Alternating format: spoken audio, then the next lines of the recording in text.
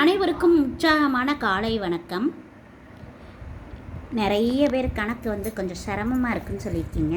இங்கே பாருங்களேன், இன்றைக்கி நம்ம ஒரு கான்செப்ட் பார்க்கலாம். இந்த கான்செப்ட் என்னென்னா ஈக்குவலன்ஸ் ரிலேஷன்.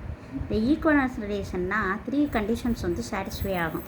அந்த 3 கண்டிஷன்ஸ் என்னென்ன அப்படின்னு நான் சொல்கிறேன் கேளுங்க. ஒன்று ரெஃப்ளெக்சிவ், இன்னொன்று சிம்மெட்ரிக், இன்னொன்று டிரான்சிட்டிவ். அதாவது நாம் கண்ணாடியில் பார்த்தா நம்ம தானே தெரியும், அதே மாதிரி தண்ணிக்குள்ளே ஒரு பிம்பத்தை பார்த்தா தண்ணிக்குள்ளே அப்படியே தெரியும். அதான் ரெஃப்ளெக்ஷன். ஸோ ஏ ரிலேஷன் ஏ அப்படின்னு இருக்குங்க. ஓகேவா? அடுத்து சிம்மெட்ரிக். சிம்மெட்ரிக்னால் என்னென்னா சமச்சீர். ஏ பியாக இருக்கும், பி ஏயாக இருக்கும், அவ்வளோதான். அடுத்து டிரான்சிட்டிவ். ஏ பிக்கு போகும், பி சிக்கு போகும், ஆனால் ஏ சிக்கு போகும். கொஞ்சம் அங்கே கவனி. இதை பார்த்த பிறகு உங்களுக்கு புரிஞ்சும். சரியா? ரெஃப்ளெக்ஷிவ், சிம்மெட்ரிக், டிரான்சிட்டிவ்.